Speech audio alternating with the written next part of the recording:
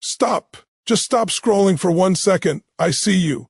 I see the question that's been screaming inside your chest every time they pulled away, every time they went cold, every time you felt that soul-crushing silence after a moment of perfect closeness. Do they even love me?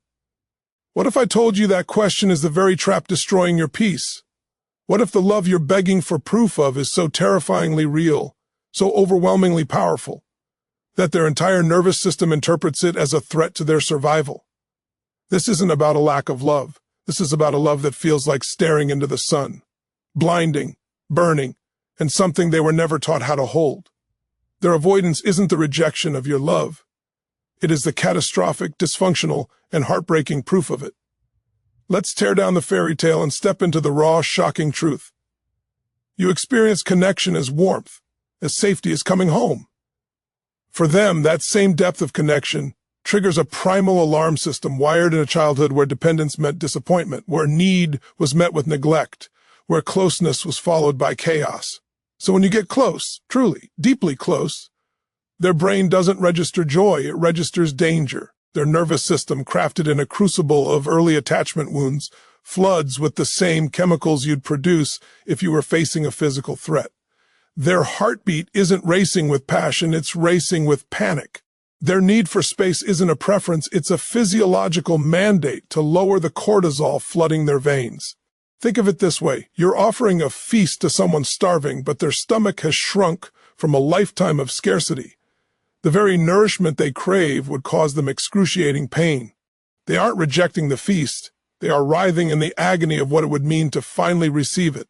Every text you send that goes unanswered, every plan they cancel, every emotional door that slams shut, that is not a conscious choice to hurt you. That is the flight response of a wounded animal backed into a corner by the very thing it desires most. Your love becomes the trigger, not because it's deficient, but because its intensity matches the exact size of the void inside them they've spent a lifetime avoiding. They are not running from you. They are running from the tsunami of their own unfelt need, their own buried longing, which your presence threatens to unleash. To love you openly would mean to feel that bottomless pit of childhood yearning, and that feeling is coded in their neurology as annihilation, so they sabotage the connection to save themselves from drowning in a love they have no capacity to process. Their love is real, but their ability to tolerate it is tragically biologically impaired. Your mistake was believing their capacity matched yours. Their tragedy is living with a capacity shattered long before you arrived. You've seen the mask, the cool detachment, the logical analysis of feelings, the way they can speak about your relationship like a casual observer. You've wept, thinking, how can someone be so cold? Let me shatter that illusion right now. That indifference is not real. It is a performance of such staggering effort, such exhausting psychological acrobatics, that it proves the exact opposite. They are not feeling nothing. They are feeling everything, and their survival script tells them to hide it at all costs. Creating that mask of calm requires Herculean energy. Every casual response is rehearsed. Every nonchalant comment is calculated. They are managing the terror of exposure, the humiliation of need. The indifferent partner is often the one lying awake at 3 a.m., replaying every word, consumed with the fear of having shown too much, of having been seen. Their distance isn't peaceful, it's prison. They watch you from behind the glass of their own construction, yearning to connect but petrified of the vulnerability required. The person who seems to care less is often the one thinking more, agonizing more, but from a locked room within themselves. Their love is trapped behind that glass. They see you, they value you, but they believe on a cellular level that if they let you see the raw, needy, desperate love inside them, you will finally see the real them, the one they deem unlovable, and you will leave. So the performance must go on. The greater their love, the more flawless the act. It's a tragic paradox. The depth of their feeling is directly proportional to the strength of the walls they build. You are not dealing with a lack of emotion. You are dealing with an emotion so vast and so frightening it has been encased in a fortress of pretended apathy. You interpret their silence as punishment, as a weapon, as the ultimate dismissal. Here is the hidden truth. That silence is the language of their wound. It is a choked, desperate scream for rescue, uttered in a tongue you do not speak. When they shut down, they have been emotionally flashbanged. Their internal world is a cacophony of conflicting impulses. I love them. I need them. They will abandon me. I am losing myself. In that storm, language fails. They retreat into the only safety they know, the void, and in that void, a perverted, wounded part of them is often running a brutal test. It's the test of their core belief, I am unworthy. Everyone leaves. Their silence is a twisted way of asking, will you? Will you leave me too? Prove my deepest fear right. They are setting the stage for the abandonment they expect, to confirm the story that has defined their life. They are handing you the script of every person who failed them before. They don't want you to follow it, but they are certain you will. Every hour you wait in agony, they are waiting in deeper agony, convinced your patience will run out, thus validating their entire worldview. They are not pushing you away to be free of you. They are pushing you to the cliff's edge to see if you'll jump. Because in their broken logic, it's better to know now than later. When you hold steady, when you offer calm consistency without chasing or condemning, you are not just loving them. You are performing a linguistic miracle. You are translating their silent scream. You are answering, I see your test, and I refuse to take it. This is where their hidden love quakes, when the script is torn up and the expected ending doesn't arrive. You shared a moment of perfect vulnerability, a deep conversation, a night of true closeness. And then, they vanished. They became distant, irritable, or picked a fight. You're left bewildered thinking, was it something I said? It was everything you said. It was everything you were in that moment. That intimacy was not a victory to them, it was a breach of their psychological immune system. The hangover is the consequence. After allowing themselves to be seen, to be loved, to be close, their internal security system goes into overdrive. Shame floods in, fear of engulfment erupts. A voice hisses, you've shown too much. You've lost control. You are now in danger. Their subsequent withdrawal is the backlash, the psychic recoil from the terrifying risk they just took. This is the most profound, hidden proof of their love. They would not experience this violent hangover from a casual connection. It is the intensity of their genuine feeling for you that triggers the system overload. They are not regretting the intimacy because they didn't enjoy it. They are terrified because they enjoyed it too much. It made them need you. And in their world, need is the precursor to devastation. So they re-establish distance not to hurt you, but to regulate their own shattered internal equilibrium. They are detoxing from the very drug they crave, you. Witnessing this cycle without understanding it is torture, but understanding it reveals the tragic metric. Their period of withdrawal is often a direct measure of the depth of the connection they just felt. The deeper the dive, the longer they need to swim back to the barren, familiar shore of solitude. They may never write you love poems. They may struggle to say I love you without a flinch. But watch their hands. Watch what they do. Do they fix the thing that's broken in your house? Do they remember the obscure detail you mentioned months ago? Do they show up in a crisis with practical, no-nonsense support? This is their love language. It's the language of proxy care.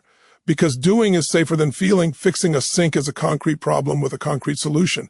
It is an act of devotion that doesn't require them to stand emotionally naked before you. It is love expressed through a filter of utility.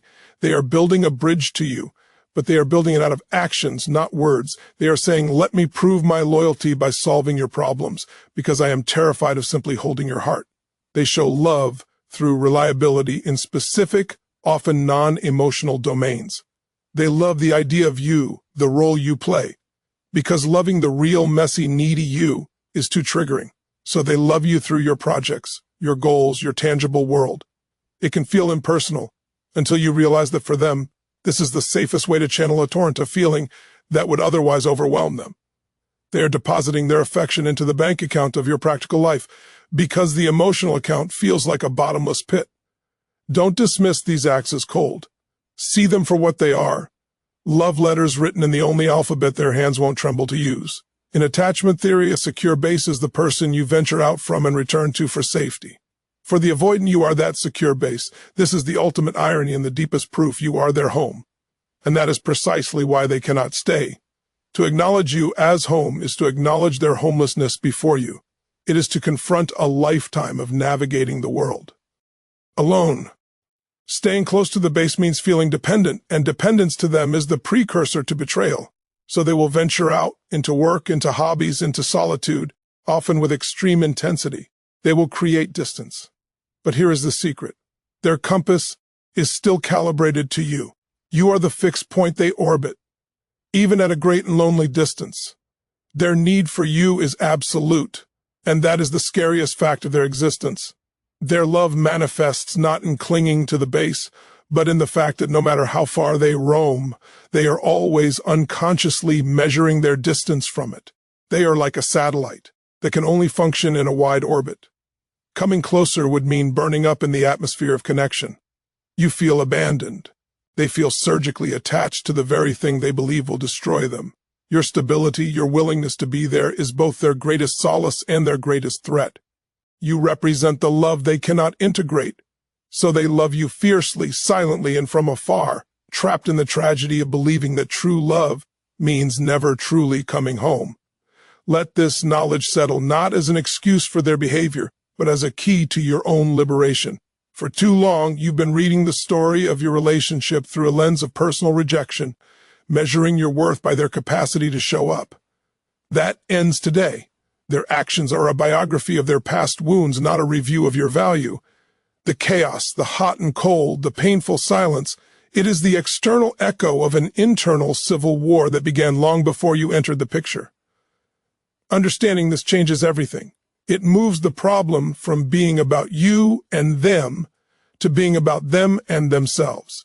You are no longer the cause of the storm. You are simply standing in the rain of a climate pattern they carry with them.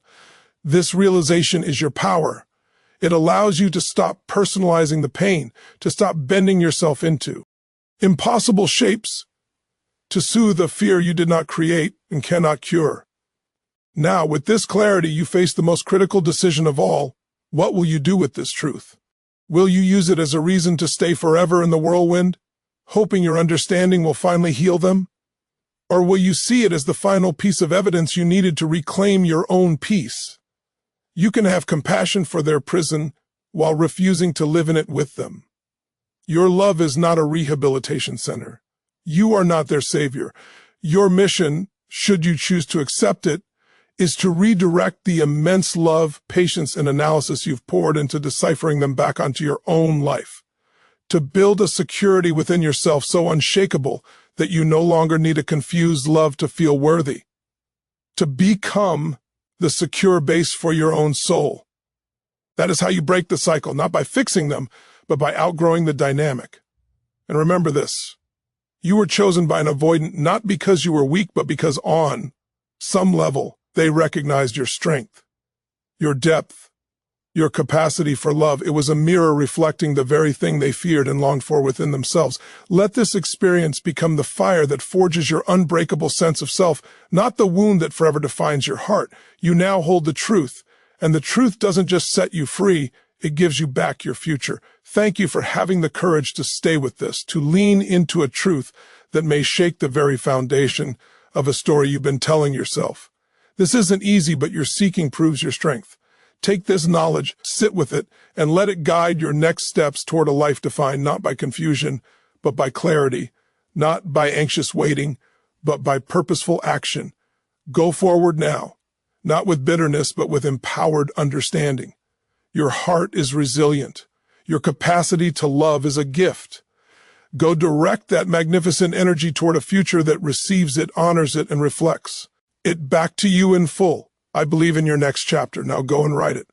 Goodbye.